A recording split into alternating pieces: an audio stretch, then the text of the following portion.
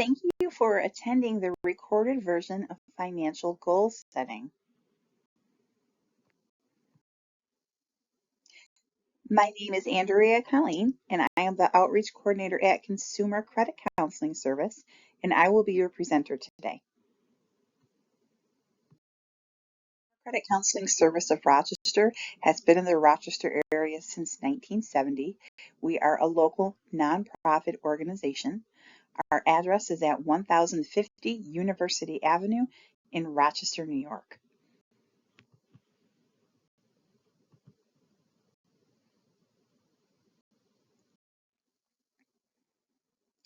Our focus is on the financial health of individuals and families, helping those that we serve to achieve financial wellness through the programs and services that we offer. We're a member agency of the National Foundation for Credit Counseling. We're also licensed by the New York State Department of Financial Services. We are also a HUD approved housing counseling agency and a member of the Better Business Bureau with an A+ rating. So today we're going to talk about financial goals and setting those goals. So we organized it to where we'll talk about first our financial goals. We'll talk a little bit about money mindfulness, getting organized, strategies to pay down debt, and then maintaining the progress to meet your goal. And then we'll also tell you a little bit about some of the services our organization offers for people who do need to get connected. Many of us have financial goals, but they're not always defined and they're not always planned within our spending plan or the way that we're budgeting our money. So we'll talk about some strategies as to how to do that in conjunction with paying for everything else that we're managing. But having financial goals can give us direction, they can give us purpose, they can also allow us to build wealth. We can have more financial peace of mind when we're working toward those goals. And it can help us to stop wasting money and also give us a feeling of financial security. When creating a financial goal, it's definitely important to have something to motivate us and connect the goal to something that we see as a value in our life. What's important to us? How will reaching the goal support the values that I've created? And what other aspects of our life will strengthen while working toward those goals? So when we're creating financial goals, it's important to not just create the goal because we think it's what we have to do. I mean, maybe it is in some regard, but like connecting it to something important in our life. You know, a value is like a fundamental component, things that are very important to us and that will give us that motivation, you know, when we're trying to build on something. So when it comes to financial goals, think of, you know, the purpose and what it is that we're really trying to reach. Common examples of goals that people may set for themselves are paying off debt, whether it be credit card debt, maybe it's things like a mortgage, paying off a mortgage early or a car loan. Of course, saving for retirement, long-term goal, but definitely something that should be on the horizon. Building an emergency fund, that's another very solid goal to have to avoid overspending on other items or using credit too much or leaning on credit too much. Purchasing a home, saving for vacation, or buying a vehicle. There's a lot of other goals people have, but those are some of the common examples that we see. Consider the values that we have. So we were speaking earlier, values are things that give us a great amount of motivation, and they're almost always somehow connected to money in some regard. An example of a value could be our family, security, health, whatever it may be to really help us to reach that goal, right? To really revisit that initial purpose, right? So whether maybe we'll use family and security as an example, whether it's like purchasing a home, you know, that can help us to build wealth, that can help us to serve as a comfortable place to live. You know, so those are just some examples of how we can use those values to create the goals that we're looking for. Another thought to have as well is looking at the money that we're earning, right? It's how we manage the money that we're earning can impact our goals in the future or the values that we may have. Just having more isn't necessarily going to resolve things either. A lot of times people will hesitate to work toward a goal or work towards something and maybe put it off or whatnot, something that they really want to achieve because they feel like there's not enough money or there's too many bills and just too much going on. But we'd still say, look at money as a tool. If there's more of it, that's great, but only if we have a plan for how we're going to utilize it. If we don't, and we have more of it, sometimes it could be more of a barrier.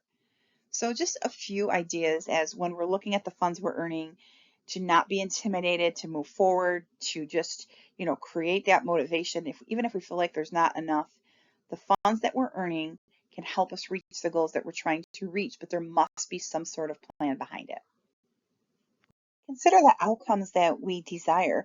Being able to pay our bills on time is not necessarily considered a financial goal. I mean, I guess it could be, right? Depending on, but it's more like an outcome of a goal. Like improving our credit score could be, the goal that we're trying to achieve, but the way that we manage our money and we're utilizing credit could be the actions that it takes to get that outcome, right? So, but thinking of like financial goals of things like saving money for something specific, right?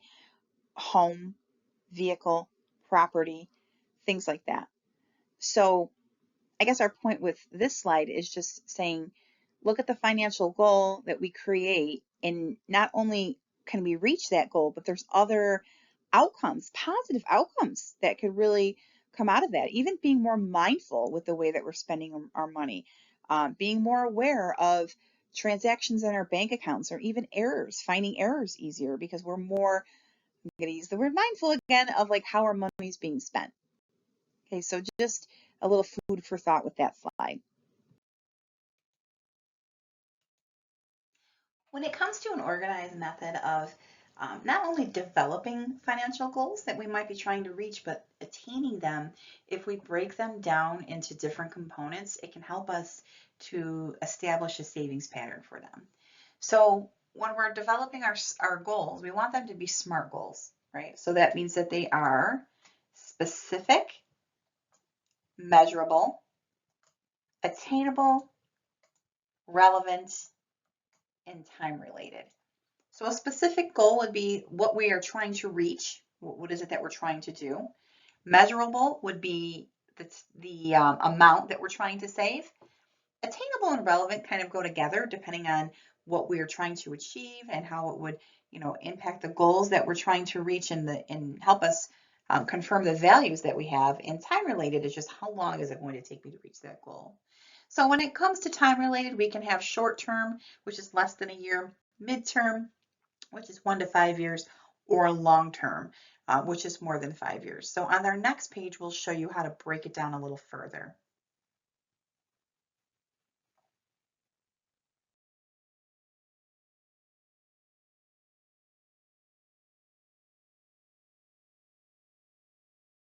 When creating a SMART goal, we would like to be sure they're specific, measurable, attainable, and time framed. So the specific measure of a goal would be what it is. So in this example, it is an emergency fund. The measurable factor would be the dollar amount. So we can see that's $1,200. Attainable and relevant, it really just depends on your affordability, what your other goals are, and what you're looking to achieve, and a time frame. So in this example, we want to reach that goal within 12 months or 1 year.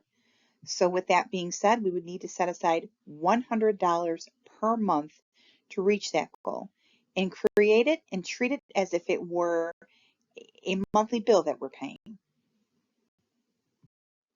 So now that we discussed goals that we're looking to create and the values that we have, and we have some idea of what we're working toward, we're going to talk more about the systematic approach to like budgeting or creating a spending plan, and different ways we can track and organize that.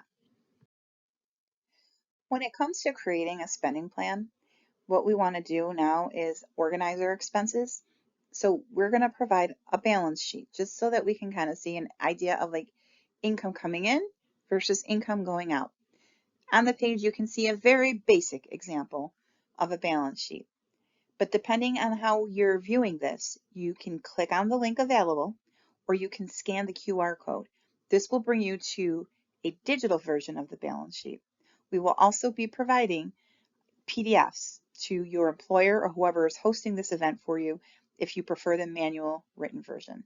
But again, an example of your income versus your expenses, and here's some tools to help you keep track. One of the first steps is to determine our monthly income. Income should be calculated from all sources when we're determining our monthly amount. It should be used if we have any kind of our employment, of course, or any all employment coming within the household. Also other sources like child support, a part-time income, any benefits you may be receiving. If our income fluctuates, if we're self-employed or we have different hours or maybe we're commission-based, it's probably safest to say let's take our income over the last 2 or 3 months and just kind of average it out. If you're comfortable with that, you can even go out 6 months. But looking at our monthly household income is one of the first steps in organizing our monthly expense plan. The next step to creating a spending plan is organizing our categories. There's 3 main categories of expenses: fixed, variable, and periodic. A fixed expense is paid every month and it stays the same every month. And it may be different for different individuals, depending on what it is that you're purchasing. Not all areas are always going to be fixed. There's a few that will be. The biggest ones are going to be your rent, your mortgage, if there is a car payment, a student loan. Some utilities may be, if it's the same every month, maybe we're on a budget or maybe we're just on a plan to where our bill is the same every month, that would be fixed expense. If we pay insurance every month, right, and it's the same every month, that would also be a fixed expense. So once we've categorized our expenses and we've determined our income, write down all the fixed expenses first, and then we're going to calculate those and see where they end up. The next area of expenses are your variable expenses, also called flexible expenses. These are expenses that we pay monthly, if not more than once a month, and the amounts can fluctuate. Maybe they're similar, maybe they go up and down, but it is never the same, right? So these expenses can add up and they're really underestimated a lot in many circumstances. Some of the examples of these type of expenses could be groceries, transportation costs, clothing, gifts, entertainment. If our utility payments vary each month, that can also be a variable expense. So it really just depends. Credit card payments, because the amounts change, the minimum due changes based on our balances. Those can also be variable expenses. We're going to have a few slides dedicated to that, but we still want to kind of calculate that. So now let's just to backtrack. We have our goals created. We have our income calculated. We have our fixed expenses calculated. Now we're going to add in our variable cost expenses.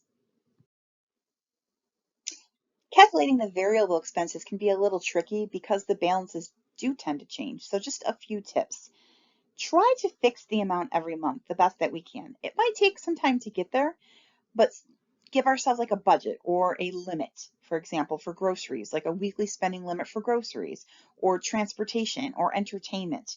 So we know how much to count. We don't want to not count it though. We want to count it as an expense. All those different types of variable expenses, even entertainment, right?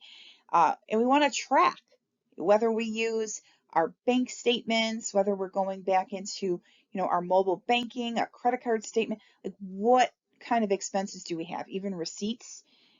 Variable expenses are very commonly underestimated. People might be shocked to realize for groceries, for example, like how much they truly spend a month on every little trip they make. And that's not to say that someone's doing something wrong or that we're bad.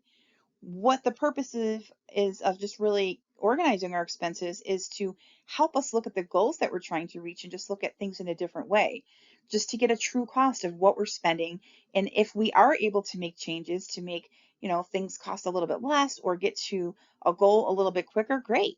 But we can't do it without a roadmap, right? So now we have our variable expenses added in.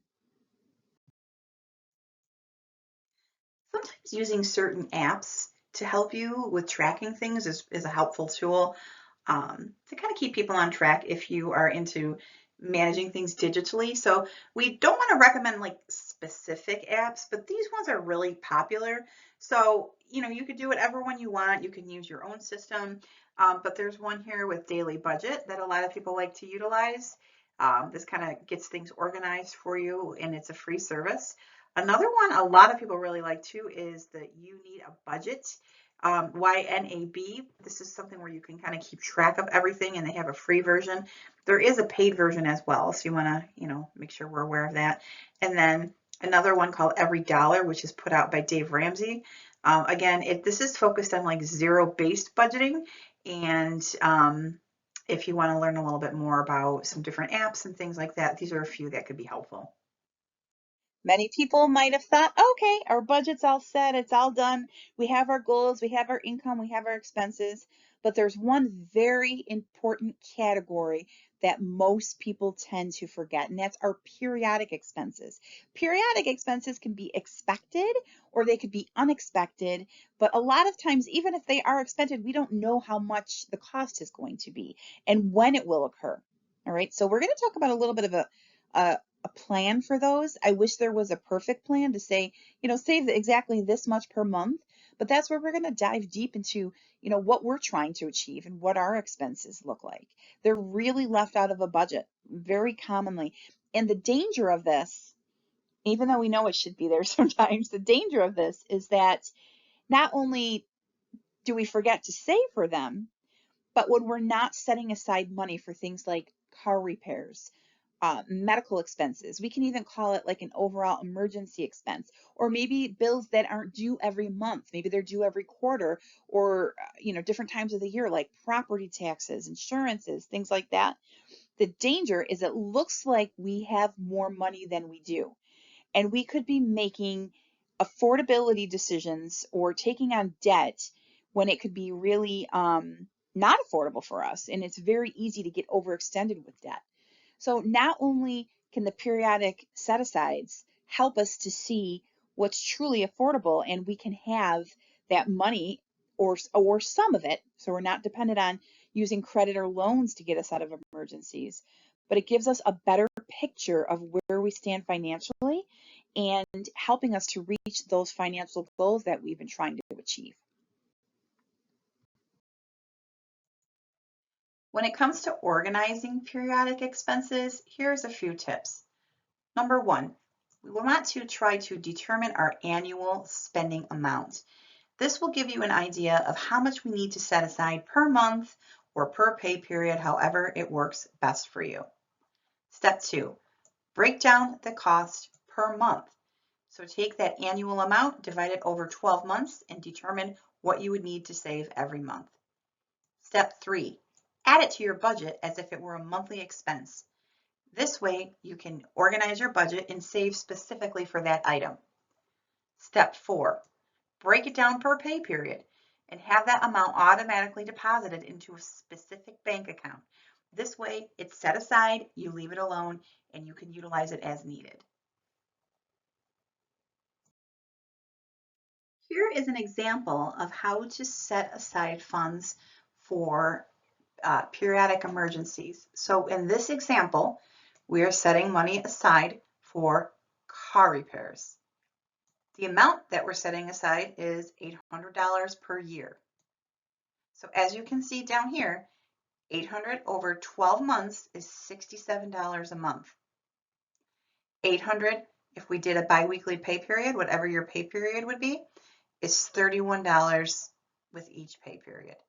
So this is just an example of how to structure set-asides for emergencies. A balance sheet alone will not help us manage our money better. We also want to develop a guide for how and when we spend. So a monthly cash flow tool provides us with an actual spending plan. A balance sheet alone will not help us manage our money. It just helps us to organize it and see how much we need for the month. So this is an example of a cash flow tool or a calendar. Very basic. You can use probably a much better looking one, whether you have something on your phone if you want to write it down manually. Some people like to use different programs that they're paying for or not, maybe an app just to kind of help you organize things. But this is where you just write down when your bills are due, even when you know they're due. Even if we know in our head, I would still utilize a calendar of some sort, and maybe even, go as far as to, calendar amounts for grocery shopping or for gift giving or whatnot, just so that we kind of have a flow for not only how our money is going to be spent, but when our money is going to be spent. It will put an interesting turn on things, and it will really create a live action spending plan.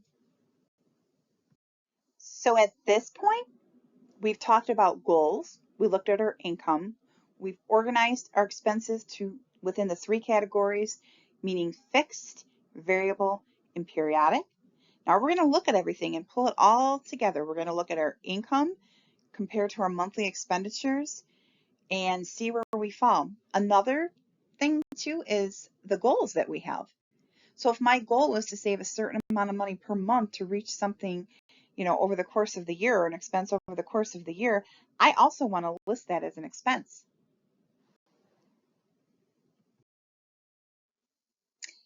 After we've created our spending plan and have our system and looking at everything, now we need to look at all the numbers and do the calculations. If there is enough income to support all of the expenses, including periodic expenses and goals, and we still have a surplus, that's wonderful, right? That's where we want to be.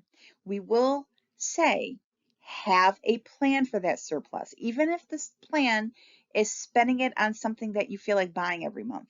That's okay, right? But whether, or maybe it's putting more toward paying off a debt, putting more toward one of your saving goals, right? Just organize that so that we have that money, because it could be dwindled away so quickly unless we have some kind of a plan for it.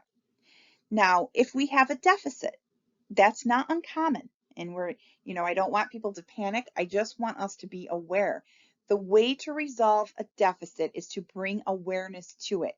How much is it, right? How long should I have the deficit for? Are there things I can do? This is where we can start to get creative, revisit those numbers and say, did I calculate all sources of income? Can that change? Can there be more income in the household? If I look at some of the expenses that I have, can some of those decrease, or is something going to get paid off? Is there a benefit maybe I can be eligible for, right? And figure out what the barriers are that are holding us back from creating a surplus.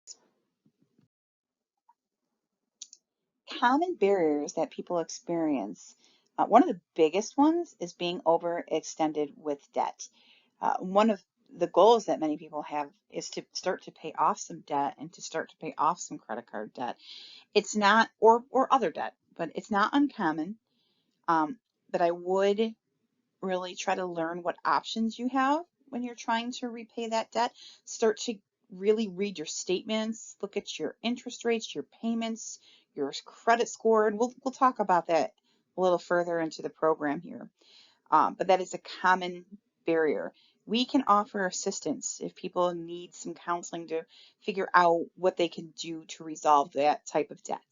Okay, and we'll talk about that as well further along.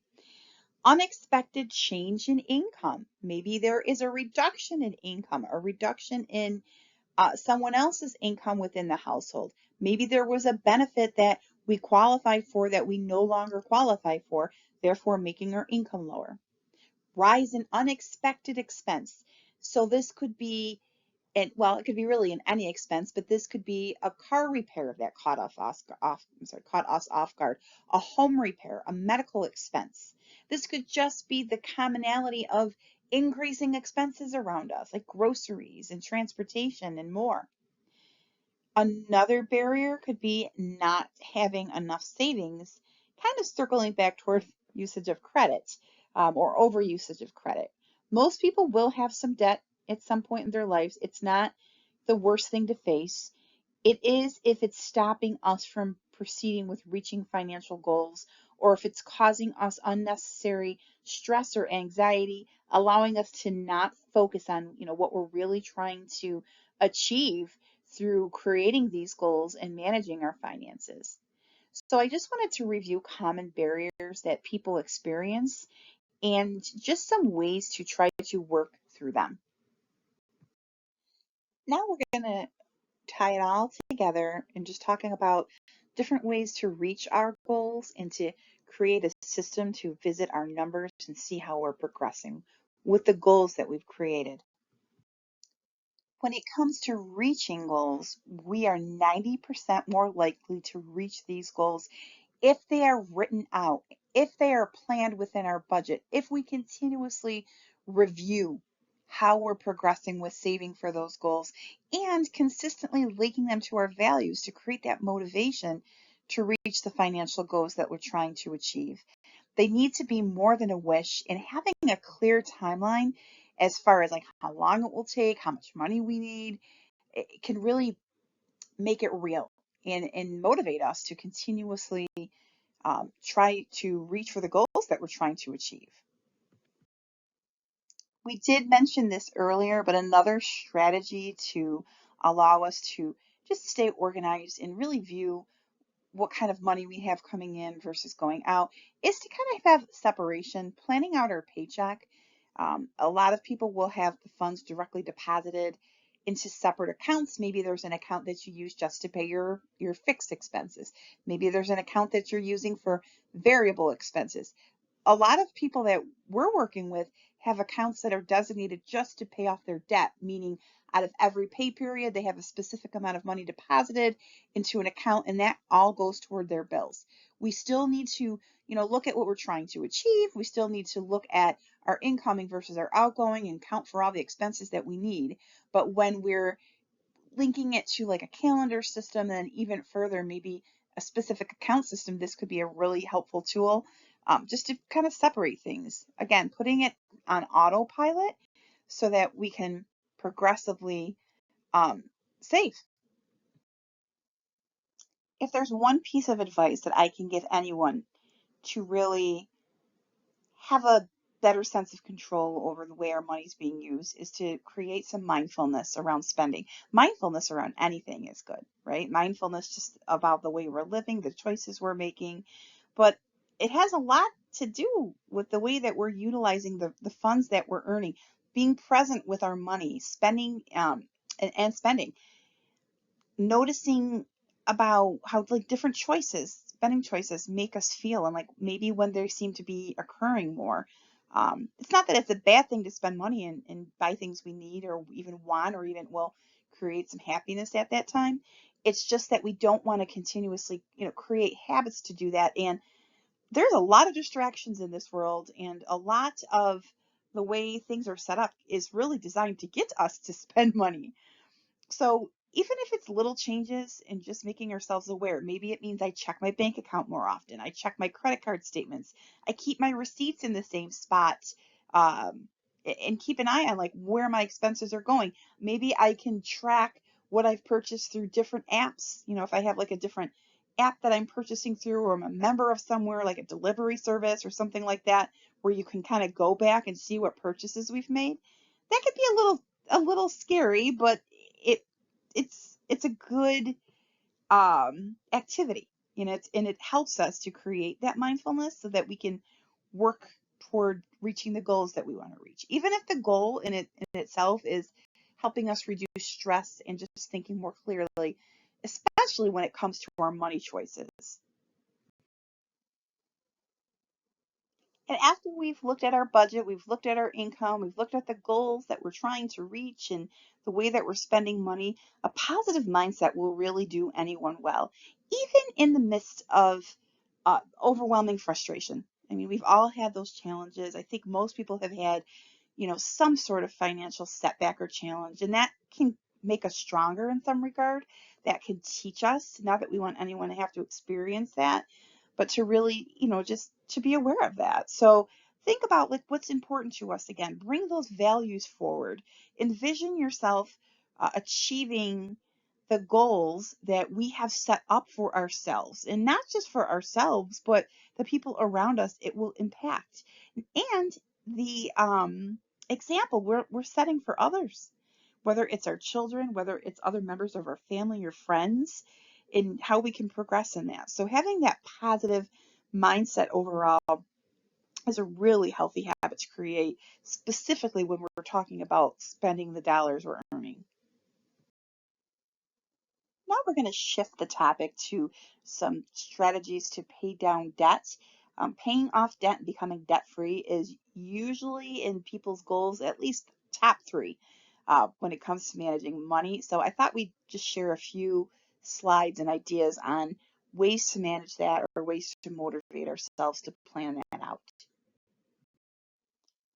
When we're talking about managing debt or paying off debt or reducing debt, getting out of debt, whatever it may be, whether it's old debt that's haunting us upon our credit report, or maybe we're just not comfortable with the amount of debt. We could have a great credit score, by the way, and still be overburdened with debt. That's not uncommon, right? But if we've been paying the same debt, let's say specifically credit card debt, for more than 3 years. If the balances haven't nudged, but we haven't missed a payment, even if our credit is in a good status, it is time to reevaluate our situation, our spending, our plan, our goals. Let's start with a credit report. You can go to annualcreditreport.com and pull a free credit report once per week, actually. It was once a year. They've updated some things. You can actually receive it on a weekly basis. This is a free credit report from Experian, TransUnion, and Equifax, and it will not impact your credit report when you're viewing your own report. Once you have a credit report, or all three reports, however you want to do it, it would also be a good idea to gather any statements you have, whether they're current, whether they're behind, looking at the balances, looking at, what we purchased, the interest rates, and all of that, and try to classify the type of debt that we have, especially if it's a barrier, right? Or maybe it's not a barrier. Maybe we just want it out of the way. We want to pay things down. So let's talk about 4 categories. Our first category is unsecured interest. That is the most popular type of debt. That would be credit cards, charge cards, even overdraft accounts against bank accounts. Those are debts that receive compounding interest. Those are the debts that typically have the higher rates of interest. Those are the debts that have minimum payment requirements as well. So they could take a while to get paid off unless we're 10 steps ahead of it. Okay. The second area is secured interest debt. These type of debts are usually the first things people pay, more of like a car loan, a mortgage loan, things that we are owning and paying for. These type of debts have simple interest, meaning the interest was charged on the initial balance. So it's usually, it still can add up, especially on a mortgage, but it's not a compounding rate like on a credit card. But it's still important to understand where we stand. These rates are also fixed. They can't go up and down. So it's good to understand, unless you're in an adjustable rate type of mortgage, so that could change a little bit. But know your balances, know your interest rates, know your due dates. Try to get to know that, right? And that could be in one pile. The other pile or area, or however you want to organize it, and you may or may not have these type of debts, but it could be non-interest debt. Some people might have collection debt, medical debt, old judgments, past due utilities. Maybe they're on a credit report, maybe they're not. But these might be things that you're looking to manage or to get ahead of as well. And the last type of debt we have is non-dischargeable debt. Non-dischargeable debt meaning that it won't ever come off a credit report, right? This is the type of debt that will stay with you if, especially if we don't pay it. It could significantly impact your credit score, among other things as well. Student loans would be the top thing I'm thinking of. A student loan debt, a federal type of debt. Some people may owe taxes. Those won't always appear on a credit report unless they're significantly behind. Same thing with child support. But nonetheless, they're still debts that can serve as a barrier for individuals, right? So, and it's good to know where you stand with it. So organize your debt into these categories. Learn to know your interest rates, your due dates, your payments. Look at that credit report. Look at those statements. This is where our organization can support you. If you're facing these type of debts and you're like, what options do I have? Like, can I get a lower interest rate? Can I get a lower payment? What's the best method to repay these? Is it affordable? Is it not? Do I take out a loan? If those are questions that you're asking yourself, please, at the end of the session, we'll give you information. Always feel free to contact us to set up a counseling session. So now we'll talk about a few different debt repayment methods of how to pay off creditor debt. And we'll talk about a few different strategies to kind of go along with these methods. So the first thing we're going to want to do is to stop using our credit cards. Okay, if that's what we need to do, definitely. The next thing we're going to want to do is make a list of the debt that we have. And the next step, step 3, is to add up all of your minimum payments. In order for this to really work, we do need to have some extra funds to apply toward this. So if we've looked at our budget and we see that there are some additional funds and being debt-free is one of the goals that we have, we can use that to try to get ahead. So whether it's $50 or $500 a month, whatever you have available, it will help you to pay your debt off faster. Okay, so we're going to stop using the cards. We listed all of our debt. We determine our payments. Now, there's two methods here. The first one is a snowball method. A snowball method will allow you to focus on paying off your smallest debt first. So everyone gets their minimum payment, but the extra funds that you have would go toward your smallest debt. With an avalanche method, the extra funds wouldn't go toward your smallest debt. It would actually go toward your highest interest rate account. So with this being said, you would continue to make payments on everyone, pay additional funds to either your snowball or your avalanche method. And once these are paid off, you want to continue this payment method on each account. And as the accounts become paid in full, you can roll the payment over to the next creditor until you're down to 1. And then that would get all of the additional funds. So this is a really great motivating method. There isn't one that's better than the other. It really depends on your goals. It depends on your interest rates. It depends on the type of debt. If someone's getting overwhelmed and doesn't know where to begin and they need support, please reach out to our agency. We'll tell you how to do that in the next few slides. So now that we've covered creating goals, some budgeting strategies, talked a bit about debt, let's talk about a few strategies that we can use to maintain the progress to meet your goals. Keeping track is essential when we are changing the way we're spending or how we're using credit, and even to see progression. So a few tips on keeping track. Schedule a meeting with yourself to review your progress. Let's see how things are changing. Let's see how our balances are reducing, or maybe our credit score is improving, right? Or even just us being more aware of what interest rates we're being charged and how much more mindful we are. Review your statements. This is a wonderful habit. Get used to reviewing your statements and navigating them so you know how to read them. You know what, as we stated, your interest rate, how much you're using the card, how long you've been having it, and just make sure that you're looking at all the fees. Make sure those are things that you're truly charging. And is there any additional fees or anything that's costing you more money along the way? Another way to really help you to stay motivated is locating resources or programs to help hold you accountable. Our organization offers different workshops on lots of different topics. You know, maybe there's a group that we could join, or like a book club or something. Online resources to really help you to stay on track and stay motivated. So to summarize everything that we've discussed today, we've learned that having a plan and creating goals will allow us to reduce our stress and mental clarity, have some successful planning for reaching those goals, build a sense of empowerment, have a plan for emergency expenses, and staying out of uncontrollable debt.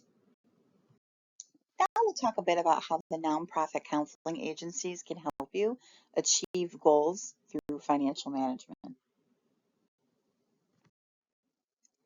Our agency, Consumer Credit Counseling Service of Rochester, is here to offer support and guidance if there are people that are struggling with managing expenses and managing debts. We are open Monday through Thursday from 8 until 8 and Fridays from 8 until 5. A scheduling session is typically booked for 1 hour. It can be done in person or over the phone. During those sessions, we can look at your goals, we can help you look at your budget, take a look at the debt, and develop an action plan to help you get on the right track to managing your expenses and paying things off.